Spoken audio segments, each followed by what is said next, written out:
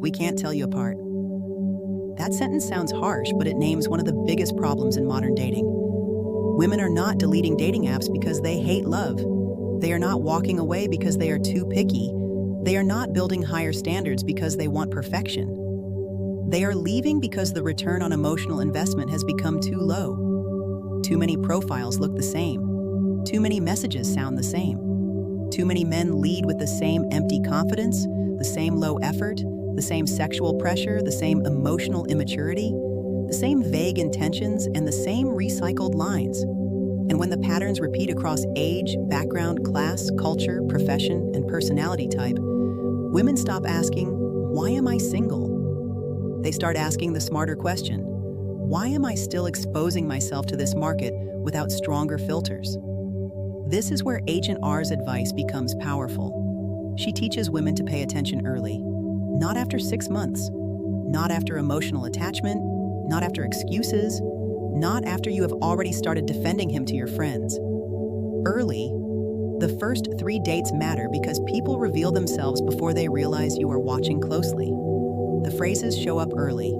After month 3, they are buried under affection, chemistry, shared memories, and your own hope. So listen. When he says, "You're not like other girls," do not automatically receive that as a compliment. Translate it. It can mean, "I have separated you from the herd.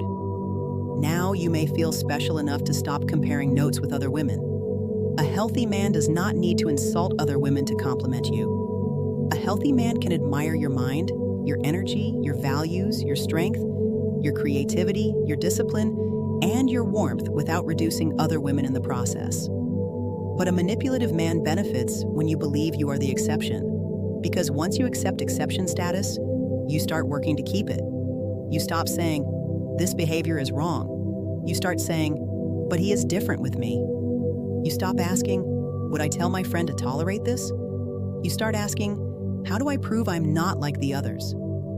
That is not love. That is psychological positioning.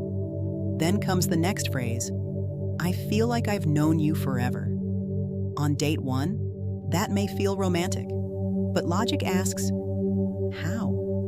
You do not know someone forever after 1 date. You know their presentation. You know their charm. You know their selected stories. You know the version they chose to show you while access was still the goal. Real trust takes time. Real intimacy has a pace. When someone tries to collapse distance too fast, it may feel like destiny, but it can also be strategy. Fast intimacy can make you bypass observation, and observation is protection. Then another phrase, "Nobody gets me like you do." Again, it sounds emotional, it sounds vulnerable, it sounds like connection. But sometimes the hidden message is, "I am giving you a special role, and now you may feel responsible for keeping it." You become the woman who understands him, the woman who sees his pain, the woman who believes he is misunderstood, the woman who explains his behavior, the woman who stays because leaving would mean admitting the special connection was not special enough to protect her. That is how smart women get pulled in. Not because they are foolish, because manipulation often enters through empathy, not stupidity. A dangerous man does not always begin with cruelty. Sometimes he begins with flattery. Sometimes he begins with intensity. Sometimes he begins by making you feel chosen, rare, different, and deeply understood. But here is the logical test. Does the connection expand your life or shrink it? Agent R's second lesson is even more important. Notice who he makes you separate from. A good man pulls your people closer. He respects your friendships. He wants you to stay connected. He does not feel threatened by your support system. He does not make you feel guilty for having women around you who tell you the truth. A dangerous man pulls you away, not always aggressively, sometimes subtly. He says your friends are jealous. Your sister is negative.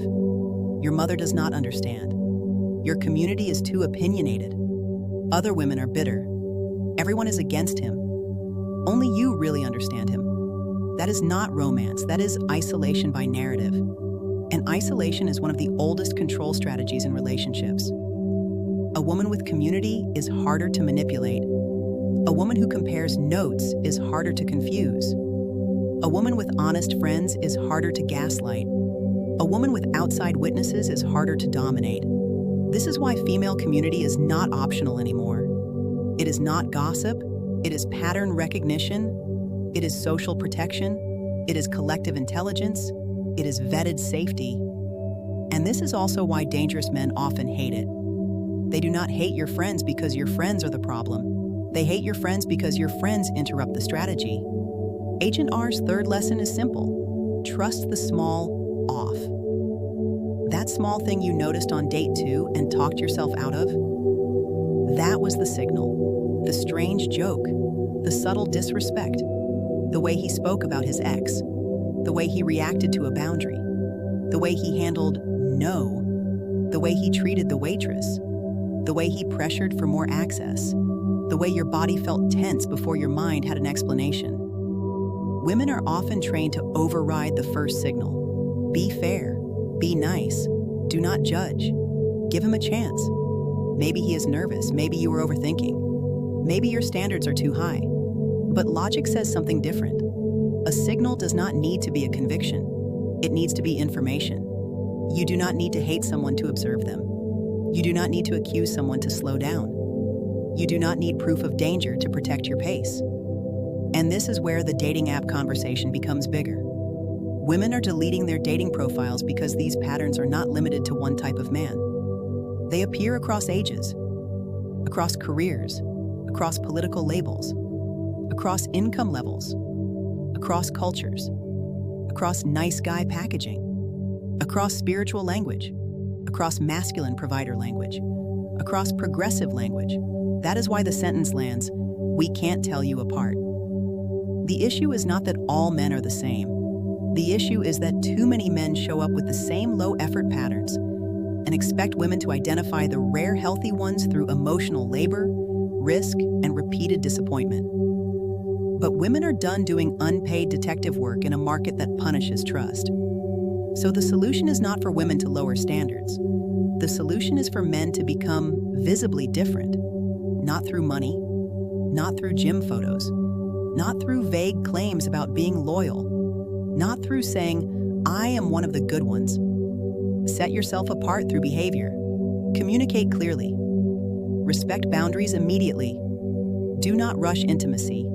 Do not isolate her from her people. Do not insult other women to flatter her. Do not make her responsible for your emotional repair. Do not punish her for caution.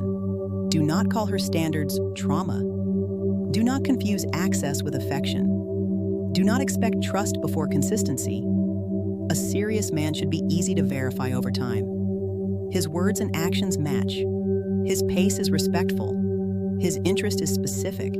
His emotional regulation is visible. His accountability does not depend on being caught. His respect does not disappear when he is rejected. That is what differentiation looks like. And for women, the strategy is clear. Do not date from hope alone. Date from evidence. Watch the first 3 dates. Listen to the language. Notice whether he expands or shrinks your world. Notice whether your body relaxes or stays alert. Notice whether you feel more like yourself or less like yourself. Notice whether you are becoming connected or isolated. Notice whether you are building trust or defending fantasy. Because love should not require you to abandon your warning system.